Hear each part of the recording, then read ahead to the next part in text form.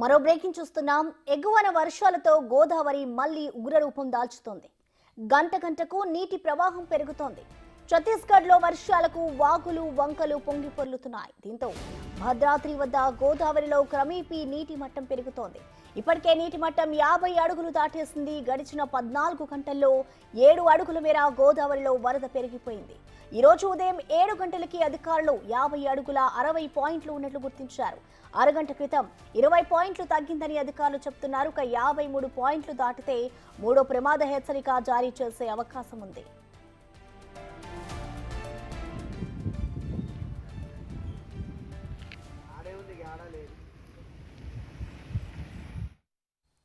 ఇదిలా ఉండగా గోదావరిలో రెండో ప్రమాద హెచ్చరిక కొనసాగుతోంది.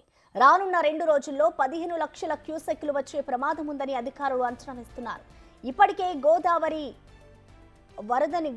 గోదావరి పరిసర గ్రామాల్లోకి వరద నీరు చేరడంతో ముంపు వాసులు భయాందోళన చెందుతున్నారు.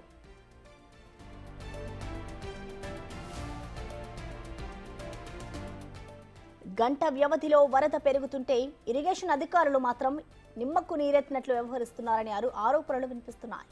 గోదావరిలో ఉధృతి పెరుగుతున్నప్పుడు సిబ్బంది చాలా జాగ్రత్తగా ఉండాలి. భక్తులకు స్నానాలకు అనుమతి ఇవ్వకూడదు.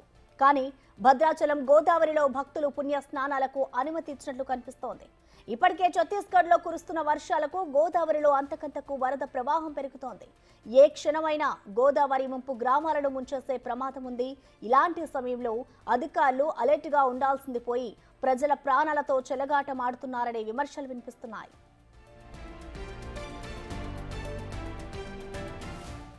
దీనిపై మరింత సమాచారాన్ని మా ప్రతినిధి భాస్కర్ అందిస్తారు. భాస్కర్, గోదావరి మాత్రం దీని నుంచి కూడా ఉధృతి పెరుగుతున్న నేపథ్యం ఉంది. నిన్న 40 అడుగుల వద్ద ఉదయం మొదటి ప్రమాద హెచ్చరిక జారీ చేసిన జిల్లా అధికారులు 48 అడుగుల వద్ద మరో 2వ ప్రమాద హెచ్చరిక జారీ చేశారు నిన్న సాయంత్రం. అయితే నేడు మళ్ళీ 3వ ప్రమాద హెచ్చరిక చేరువుగా గోదావరి వరద ఉధృతుందని చెప్పుకోవచ్చు. ఫలితంగా చూసుకుని మాత్రం ఒకవైపున ఎగువ రాష్ట్రాల్లో ఒకవైపు మహారాష్ట్ర, ఛత్తీస్గఢ్ రాష్ట్రాలు కురుస్తున్న అకాల వర్షాల వల్ల తాలిపేరుకు వరద పోటు ఎత్తింది. ఫలితంగా చూసుకుంటే మొత్తం దిగువ ప్రాంతంలో ఉన్నటువంటి గోదావరికి వరద పోటు ఒక్కసారిగా ఉధృతి పెరుగుతా ఉన్నది. మొత్తానికైతే మాత్రం ఒకవైపు శబరి నది కూడా ఒకవైపున ఉధృతంగా ప్రవహిస్తా ఉంది. శబరి నది ప్రవహించడం వలన కూడా ఒకసారి గోదావరికి ఎదురుపోటు రావడంతో అంటే దిగువ భాగంలో ఉన్న శబరికి ఎగువ భాగంలో ఉన్న గోదావరి అడ్డుపడటంతో మొత్తానికైతే మాత్రం శబరి ఎఫెక్ట్ వల్ల గోదావరి వరద ఉధృతి పెరుగుతుంది భద్రాచలం వద్ద. ఫలితంగా చూసుకుంటే పరిసర ప్రాంతాల్లో కావచ్చు, గోదావరి నది పరివాహక ప్రాంతాలను ముప్పు గ్రామాల నీటిని అలర్ట్ చేసేసి టోల్ ఫ్రీ నెంబర్ కూడా అలర్ట్ చేశారు అధికారులు. కానీ ఇంతవరకు ఇది బాగానే ఉన్నారు సార్. కనీసం కరకట్ట దగ్గరకు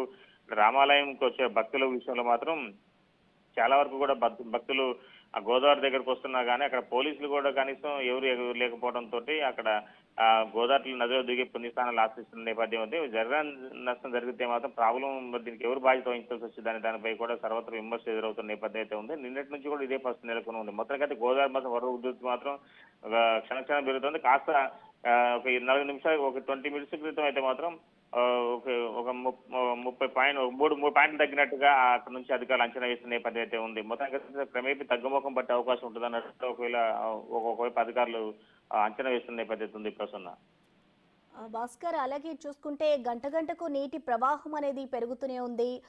గోదావరి ముంపు ప్రాంత ప్రజలు ఎవరైతే ఉంటారో వాళ్ళందరినీ అధికారులు ఏ విధమైన అలర్ట్ జారీ చేశారు భాస్కర్? వాస్తవానికి అయితే మాత్రం చుట్టుపక్కల పరిసర ప్రాంతాలు ఉన్న వాళ్ళకి సపరేట్ గా ఒక అనౌన్స్మెంట్ చేసి వాళ్ళందరూ కూడా సురక్షిత ప్రాంతాలకు వెళ్ళాలి.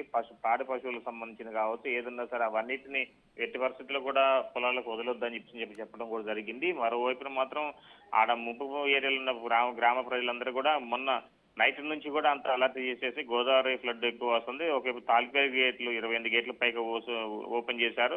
9 లక్షల క్యూసెక్ల నీరు పైగా దిగువ భాగం వదులుతున్నారు కనుక లోతట్టు ప్రాంతాల్లో ఉన్న నీరంతా కూడా ఒక్కసారిగా గోదావరికి వచ్చే అవకాశం ఉంది. ఫలితంగా వీరందరూ కూడా వేకట్ చేయాల్సిందిగా రెవెన్యూ ఒక్కొక్క పోలీస్ యంత్రాంగం మొత్తం కూడా పకడ్బందీ ఏర్పాట్లు చేశారు. అంతవరకు అయితే మాత్రం చుట్టుపక్కల గ్రామీణ ప్రాంత ప్రజలు కావచ్చు, కరకట్టకు ఇరువైపులో ఉన్నటువంటి ప్రాంత ప్రజలు కావచ్చు, సంతోష్ నగర్, అయ్యప్ప నగర్ కాలనీ, సుభాష్ నగర్ ఇవన్నీ ప్రాంత ప్రజలు కూడా మొత్తానికైతే మాత్రం సురక్షిత ప్రాంతాలకు ఉండే విధంగా తరలించారు. మరోవైపు మాత్రం లోతట్టు ప్రాంతాలు ఏవైతే ఉన్నాయో ఆంధ్ర సరిహద్దు ప్రాంతంలో ఉన్న కొంత లోతట్టు ప్రాంతాలు ఉన్నాయి. ఆ ప్రాంతాల్లో ఉన్న ప్రజలు కూడా కొత్తూరు సైడ్ ఉన్న ప్రజలు, లక్ష్మీపల్లికి ఉన్న ప్రజలకు మొత్తాన్ని కూడా అలర్ట్ చేసిన బాధ్యత ఉంది. Prasanna, thank you Bhaskar.